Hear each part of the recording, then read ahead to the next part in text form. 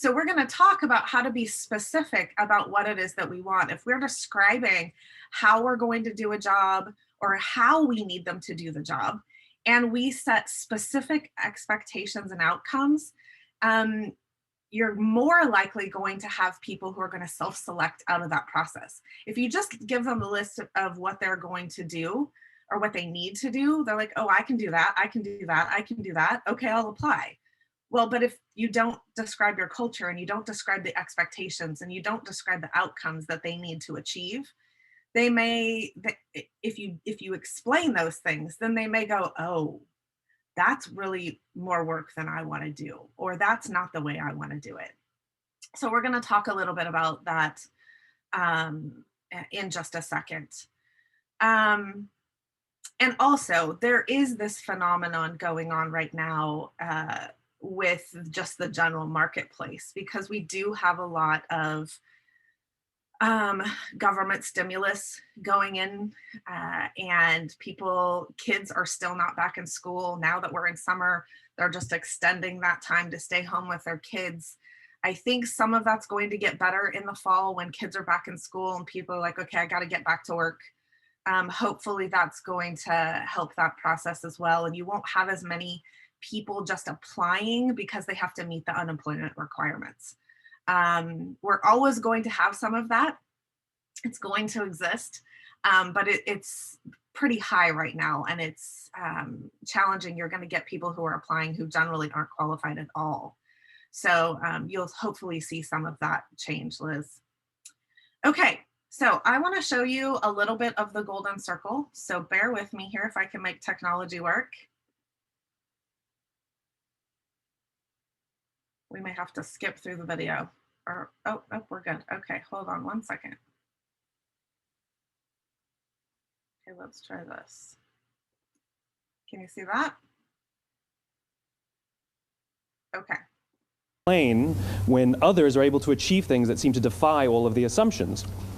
For example, why is Apple so innovative? Year after year after year after year, they're more innovative than all their competition. And yet they're just a computer company. They're just like everyone else. They have the same access to the same talent, the same agencies, the same consultants, the same media. Then why is it that they seem to have something different? Why is it that Martin Luther King led the civil rights movement? He wasn't the only man who suffered in a pre-civil rights America, and he certainly wasn't the only great orator of the day. Why him? And why is it that the Wright brothers were able to figure out controlled powered manned flight when there were certainly other teams who were better qualified, better funded, and they didn't achieve powered manned flight, and the Wright brothers beat them to it? There's something else at play here. About 3.5 years ago, I made a discovery, and this discovery profoundly changed my view on how I thought the world worked, and it even profoundly changed the way in which I operate in it.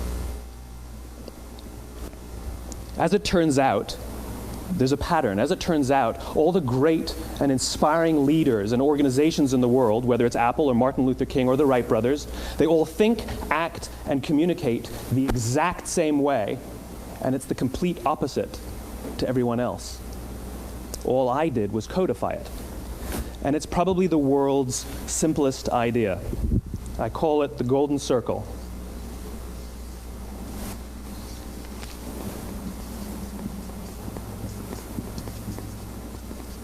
Why, how, what? This little idea explains why some organizations and some leaders are able to inspire where others aren't. Let me define the terms really quickly. Every single person, every single organization on the planet knows what they do, 100%. Some know how they do it, whether you call it your differentiating value proposition or your proprietary process or your USP.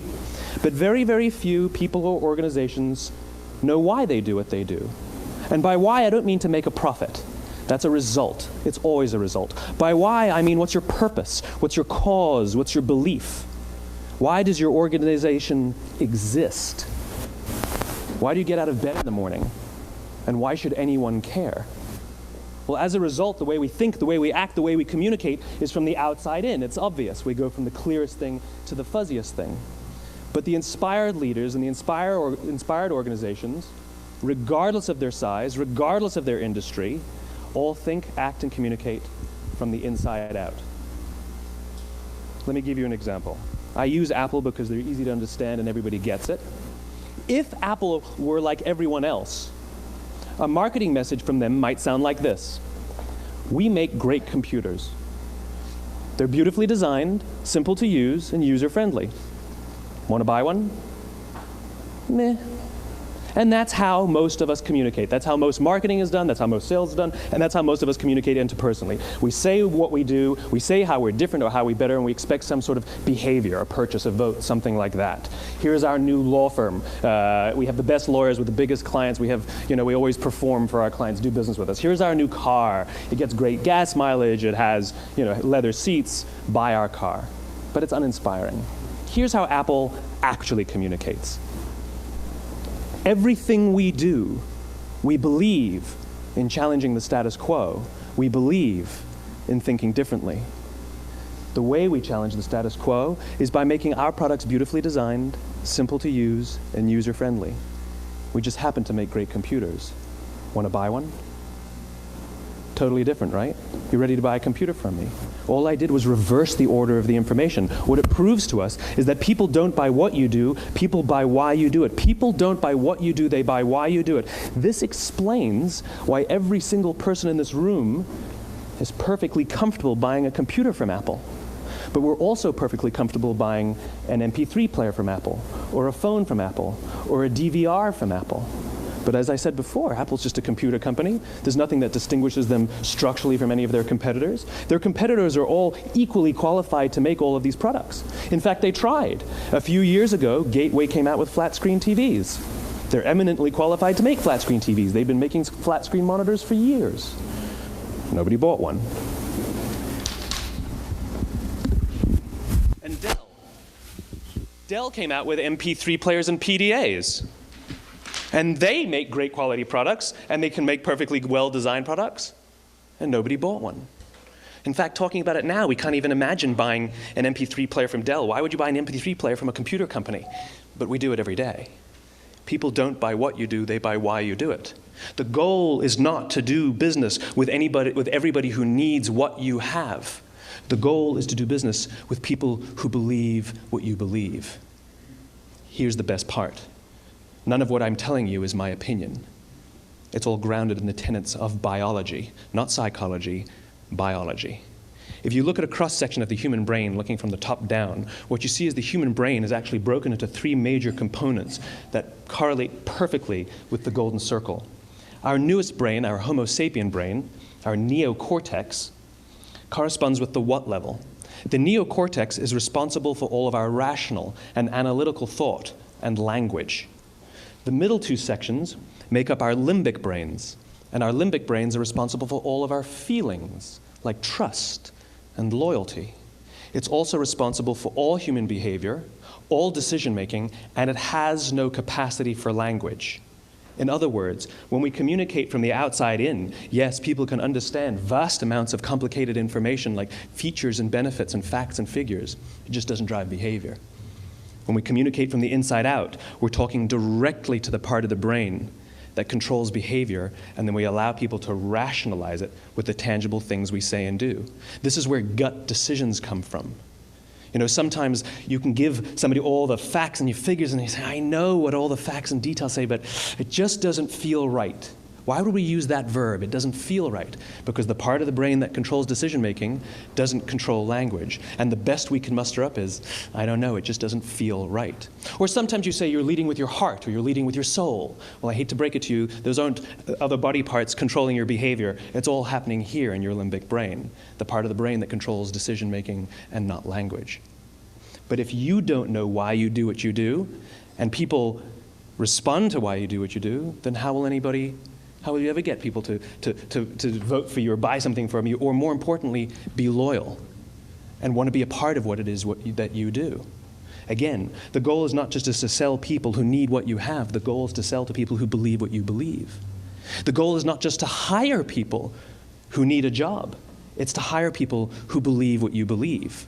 I always say that You know, there's, if you hire people just because they can do a job, they'll work for your money. But if you hire people who believe what you believe, they work for you with blood and sweat and tears. And nowhere else is there a better example of this than with the Wright brothers. Most people don't know about Samuel Pierpont Langley. And back in the early 20th century, the pursuit of powered man flight was like the dot-com of the day. Everybody was trying it. And Samuel Pierpont Langley had what we assume to be the recipe for success. I mean, even now, you ask people, why did your product or why did your company fail? And people always give you the same permutation of the same three things.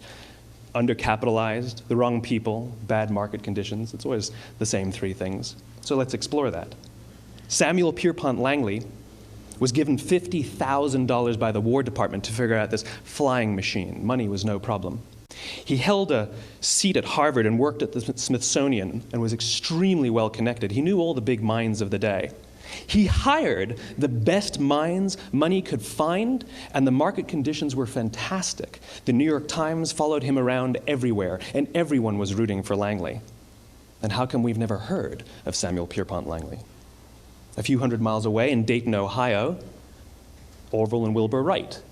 They had none of what we consider to be the recipe for success. They had no money. They paid for their dream with the proceeds from their bicycle shop.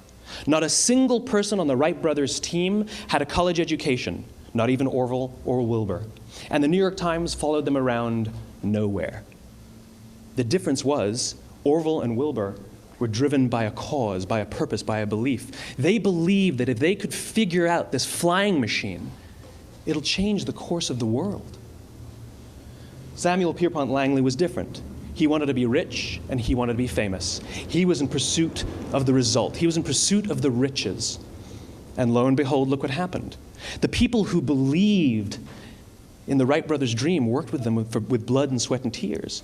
The others just worked for the paycheck. And they tell stories of how every time the Wright brothers went out, they would have to take 5 sets of parts because that's how many times they would crash before they came in for supper. And eventually, on December 17th, 1903, the Wright brothers took flight. And no one was there to even experience it. We found out about it a few days later. And further proof that Langley was motivated by the wrong thing, the day the Wright brothers took flight, he quit. He could have said, that's an amazing discovery, guys, and I will improve upon your technology. But he didn't. He wasn't first. He didn't get rich. He didn't get famous. So he quit.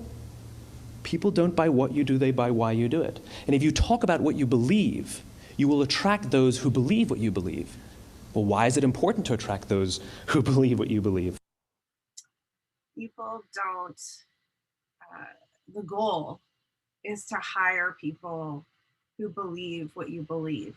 And if we want to do that, then we have to make sure that we're putting in our job descriptions what it is that we believe.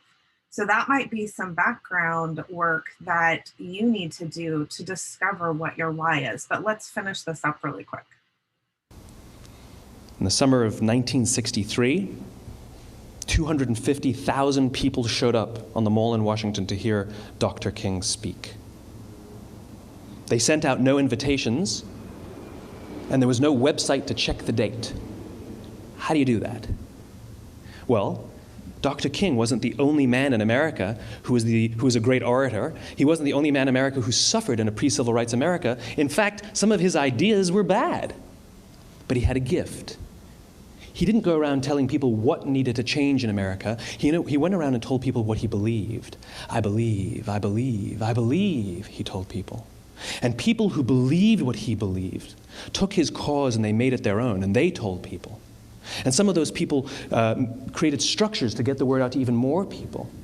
And lo and behold, 250,000 people showed up on the right day, on the right time to hear him speak. How many of them showed up for him? 0. They showed up for themselves. It's what they believed about America that got them to travel on a bus for 8 hours to stand in the sun in Washington in the middle of August. It's what they believed, and it wasn't about black versus white. 25% of the audience was white. Dr. King believed that there were 2 types of laws in this world, those that are made by a higher authority and those that are made by man. And not until all the laws that are made by man are consistent with the laws that are made by the higher authority will we live in a just world. It just so happens that the civil rights movement was the perfect thing to help him bring his cause to life. We followed him not for him, but for ourselves. And by the way, he gave the I have a dream speech, not the I have a plan speech. Listen to politicians now with their comprehensive 12-point plans. They're not inspiring anybody. Because there are leaders and there are those who lead. Leaders hold a position of power or authority, but those who lead inspire us. Whether they're individuals or organizations, we follow those who lead not because we have to, but because we want to. We follow those who lead not for them, but for ourselves. And it's those who start with why that have the ability to inspire those around them or find others who inspire them. Thank you very much. So, do you want to hire someone or do you want to hire someone to do a job? Or do you want to hire someone who is inspired, someone to help you reach a goal or a dream? That is why we need to put our purpose and our why in our job descriptions.